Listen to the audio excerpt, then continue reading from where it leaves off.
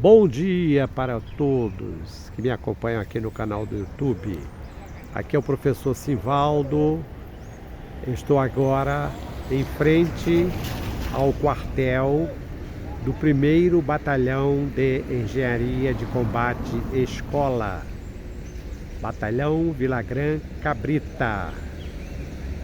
Villagrán Cabrita, Tenente Coronel João Carlos Villagrán Cabrita, patrono da arma de engenharia, participou da Guerra do Paraguai, então foi escolhido como patrono da arma de engenharia. Hoje, sexta-feira, dia 27 de dezembro de 2024, uma chuvinha intermitente, fraquinha, mas permanente durante praticamente toda a manhã. Eu fiz a minha caminhada, saí da rua Nestor, atravessei a rua Felipe Cardoso, segui pela Avenida Antares, até a estação do BRT, ali tem uma passarela, atravessei a passarela, vim caminhando, hoje não deu para correr porque muitas poças d'água, vim caminhando pela estrada da Urucânia, Francisco Belisário, Olavo Bilac. Agora eu estou aqui em frente ao quartel, a Praça Ruão.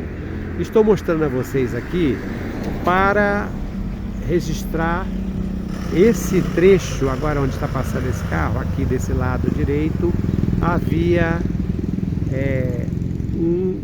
uma senzala, um conjunto de senzalas de casas dos escravizados. Ela se prolongava até aqui, esse lado aqui, onde os jesuítas pretendiam construir uma igreja. Então aqui havia uma senzala, lá na frente, à esquerda, lá na frente, existe hoje um mausoléu que presta homenagem ao Villagrán Cabrita. Aqui, onde eu estou focalizando na parte central, tem o marco da Fazenda Imperial. Nós temos aqui, em primeiro plano, um busto em bronze do Luiz Alves de Lima e Silva, Duque de Caxias. Desse outro lado existia um outro grupo de casas dos escravizados, senzalas. Então as senzalas ficavam aqui ao lado desta praça. Esta grande praça, esse grande largo que eu focalizo agora, ele existe desde a época em que os jesuítas construíram a sua primeira igreja. A sua igreja, que ficava exatamente neste local, onde hoje tem um quartel, havia uma igreja, bem da parte central, e também a residência. Existem dois desenhos, duas gravuras do final do século XIX, melhor, do final do século XVIII, 1791, são desenhos bem rústicos, mas que mostram exatamente a localização da igreja.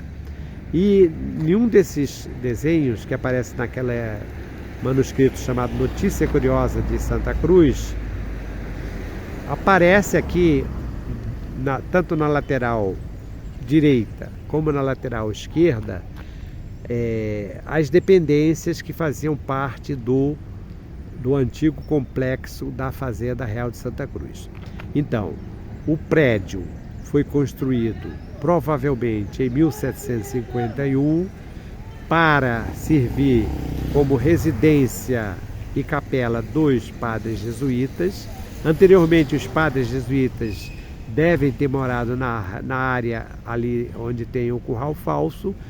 Já tinham ocupado uma parte lá da área de Itaguaí, onde tem a igreja de São Francisco Xavier de Itaguaí.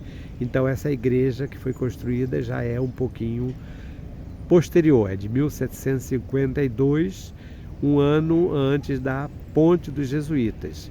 Tem, inclusive, lá naquela parte central, em cima, na parte do portão principal de entrada, tem essa data. Bom, vocês podem observar o seguinte: o prédio que eu estou focalizando tem 3 andares.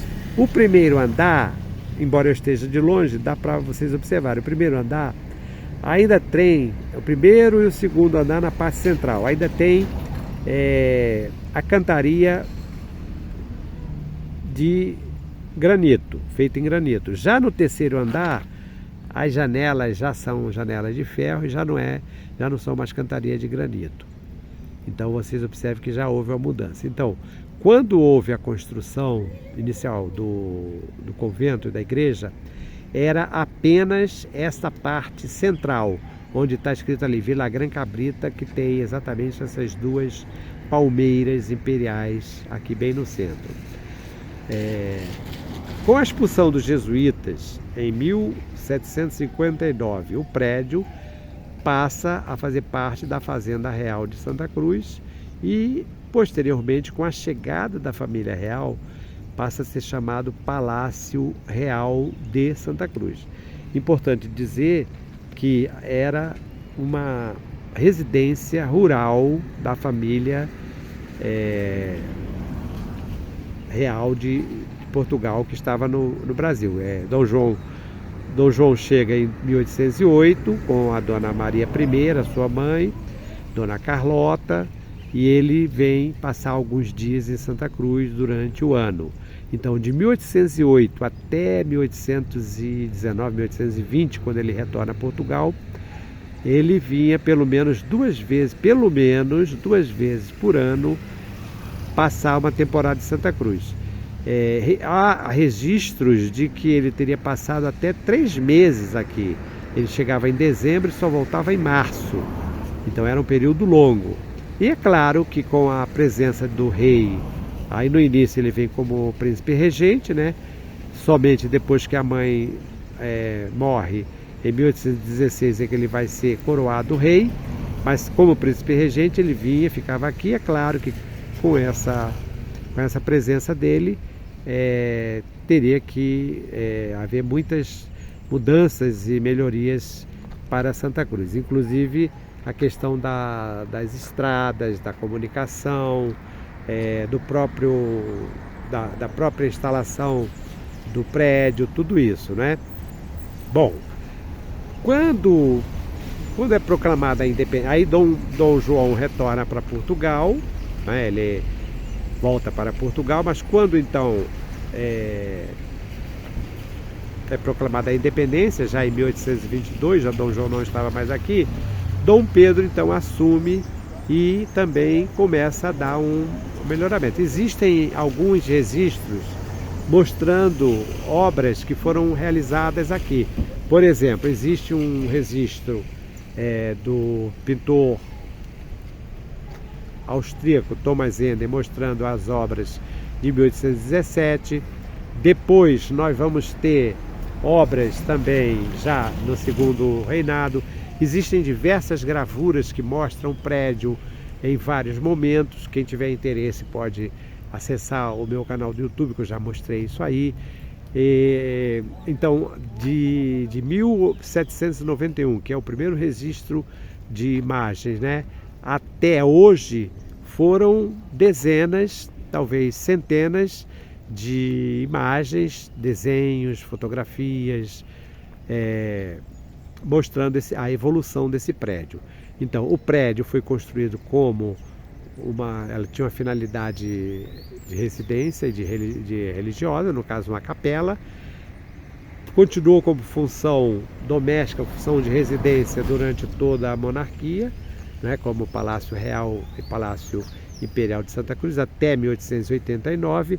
Quando chega 1889, que vem a proclamação da República, o prédio então vai ser transformado em quartel. Esse terceiro andar não foi construído logo no início. Então o exército, que teve a liderança na proclamação da República, ocupa o prédio. Todos os bens da Fazenda de Santa Cruz são leiloados e então passa a funcionar como quartel. Não era um quartel ainda de engenharia. Hoje nós temos aqui o quartel de engenharia, batalhão de engenharia de combate, escola, batalhão Vila Gran Cabrita, da arma de engenharia, mas não era um batalhão de engenharia. Era inicialmente um regimento de artilharia montada, depois também houve uma época que foi o batalhão de caçadores, um período curto, né? Até que na década de 40 foi então transformado em quartel do 1º Batalhão de Engenharia de Combate, e hoje Batalhão de Engenharia de Combate Escola. Por que Batalhão de Engenharia de Combate Escola? Porque não é que seja uma escola, é uma unidade que tem o compromisso operacional de prestar apoio às instituições de ensino do Exército. Então, Escola de Comando do Estado-Maior do Exército, Escola Superior de Guerra, Escola Sargento das Armas, Escola de Aperfeiçoamento dos Oficiais, CPOR. Então, essas instituições de ensino, os militares, os alunos, comparecem aqui uma vez por ano, né, dependendo da programação, para terem instruções práticas. Então, eles têm aqui, por exemplo, tem companhia de lançamento de pontes e painéis, tem tratamento e purificação d'água, lançamento de minas, remoção de minas, enfim, uma série de trabalhos operacionais que esses alunos eles vêm para cá para terem esse estudo na prática. Observe que eu estou focalizando aqui um cruzeiro, porque quando funcionava aqui o convento, havia esse cruzeiro. Esse cruzeiro não é original, obviamente, né? Havia um cruzeiro aqui de madeira, era uma madeira de cor escura, e que com o tempo ele foi desgastado. Atualmente é um cruzeiro feito de ferro, que foi colocado por iniciativa de um dos comandantes aqui. Essas palmeiras também, elas têm uma história importante, porque em 1985, quando o comandante era o coronel de engenharia Carlos Patrício Freitas Pereira, nós tivemos aqui, eu inclusive tive a satisfação de participar também, plantando essas palmeiras, claro que eram pequenas, e o coronel Patrício, ele, no seu discurso, ele disse: eu pretendo voltar aqui no ano 2000 como ministro da guerra, ele gostava muito de usar os termos antigos, da época era ministro do Exército, né, para que nós possamos comemorar. Só que ele foi promovido a general de brigada, depois general de divisão, mas não foi promovido a general de exército e teve que sair. Mas é um intelectual, autor do livro História da Engenharia Militar no Brasil. Inclusive, neste livro, ele teve a gratidão, teve a satisfação, né, a honra. Eu tenho a gratidão, a satisfação de ter sido citado pelo general Freitas. Ele cita o professor Simvaldo e o doutor Antônio Nicolau Jorge, dois grandes colaboradores do NOP. Aí ele fala assim, alguém talvez tenha falado para ele que eu já tinha falecido, né? Então eu apareço lá como uma pessoa que já tinha falecido. E aí ele sugere que o comandante preste uma homenagem a esses dois amigos do batalhão, o professor Simvaldo e o doutor Antônio Nicolau Jorge. Mas então eu estou focalizando aqui o cruzeiro, que na época do coronel Freitas, ele com a amizade que ele tinha com outros comandantes, ele conseguiu com outro coronel, amigo dele, o coronel engenheiro Galaor Ribeiro, né, que era comandante do 5º Regimento de Engenharia, 5º Batalhão de Engenharia de Combate, de construção, e conseguiu a madeira para fazer o cruzeiro. A base desse cruzeiro, vocês observem, que ela é uma réplica, né, semelhante à existente na época dos jesuítas. Ela é de autoria do arquiteto santacruzense Oswaldo Eduardo Lioy. Então hoje estou aqui fazendo essa postagem, né, documentando aqui à frente do 1º Batalhão de Engenharia de Combate Escola, antigo convento dos padres jesuítas, antigo Palácio Real, antigo Palácio Imperial de Santa Cruz.